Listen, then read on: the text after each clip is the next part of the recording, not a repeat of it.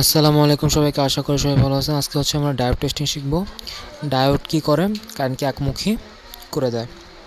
আপনি দুই দিক দিয়ে কারেন্ট সাপ্লাই দিলেও কি হবে, মানে এসিকে ডিসি করে। আর ডায়োড কি করে? এসিকে ডিসি করে।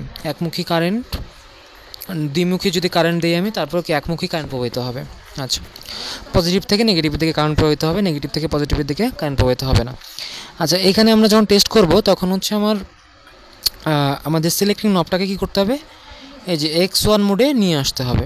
X1 মোডে নিয়ে আসলাম। X1 মোডে নিয়ে আসার পরে পজিটিভ প্রোবকে যখন আমরা নেগেটিভ প্রোবের সাথে ডায়োডের নেগেটিভ, এই যে সাদা এটা হচ্ছে প্র্যাকটিক্যালি যদি দেখেন তো সোনালি থাকবে, তার এই পাশে যে প্রান্তটা থাকবে সেটা হচ্ছে নেগেটিভ প্রান্ত, আর এই পাশে যেটা থাকবে বা বড় প্রান্ত, আমাদের বড় কালো অংশের যে পাশের যে প্রান্তটা সেটা কি পজিটিভ প্রান্ত।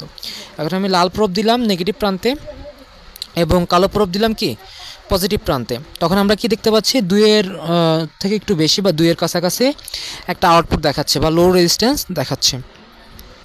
আর যখন আমি সিলেক্টিং নবটা X1 মোডেই থাকবে, তখন হচ্ছে যদি আমি কি করি, এবার আমরা কি করলাম, ডায়োডটাকে ঘুরাই দিলাম। ঘুরাই দেওয়ার পরে পজিটিভ প্রান্তে এর লাল প্রোবটা বা পজিটিভ প্রোবটা, ঠিক আছে, আর এখানে কি কালো প্রোবটা দিলাম নেগেটিভ প্রান্তে। তখন আমরা দেখতে পাচ্ছি কি একদম রেজিস্ট্যান্সটা অসীম দেখাচ্ছে। এখানে যেটা হয়েছে যে আমাদের চিন্তা করতে হবে যে এখানের যে লাল প্রোবটা সেটা হচ্ছে নেগেটিভ, আর এখানে যে কালো প্রোবটা সেটা হচ্ছে পজিটিভ। অ্যানালগ মিটারের ক্ষেত্রে ডিজিটাল মিটারের বিপরীত কাজটা হবে আর কি। যখন আমরা একটু ভালো করে খেয়াল করি, এই যে পজিটিভ দিছি, এখন আমাদের হিসাবে কি এটা পজিটিভ আর এটা কি এই লালটা কি নেগেটিভ। এটা দেওয়াতে কী হয়েছে, পজিটিভ থেকে নেগেটিভের দিকে কারেন্ট প্রবাহিত হয়েছে, তখন লো রেজিস্ট্যান্স দেখাইছে।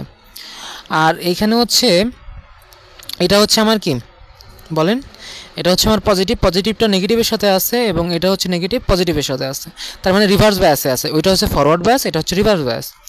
যেহেতু এটা রিভার্স বায়াসে আছে তাই কি দেখাচ্ছে, অসীম রেজিস্ট্যান্স দেখাচ্ছে। এখানে কি অসীম রেজিস্ট্যান্স দেখাচ্ছে, এই যে।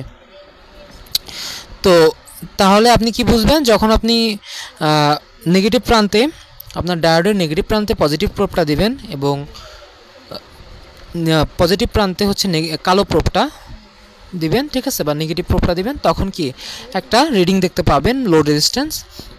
আর যখন পজিটিভ প্রোবের সাথে পজিটিভ প্রান্ত এবং নেগেটিভ প্রোবের সাথে নেগেটিভ প্রান্ত দিবেন তখন কি আউটপুট দেখতে পাবেন না বা অসীম রেজিস্ট্যান্স দেখবেন। তো ঠিক আছে, আসসালামু আলাইকুম। যারা নতুন আছেন তারা সাবস্ক্রাইব করে দেবেন, লাইক কমেন্ট শেয়ার করে পাশে থাকবেন।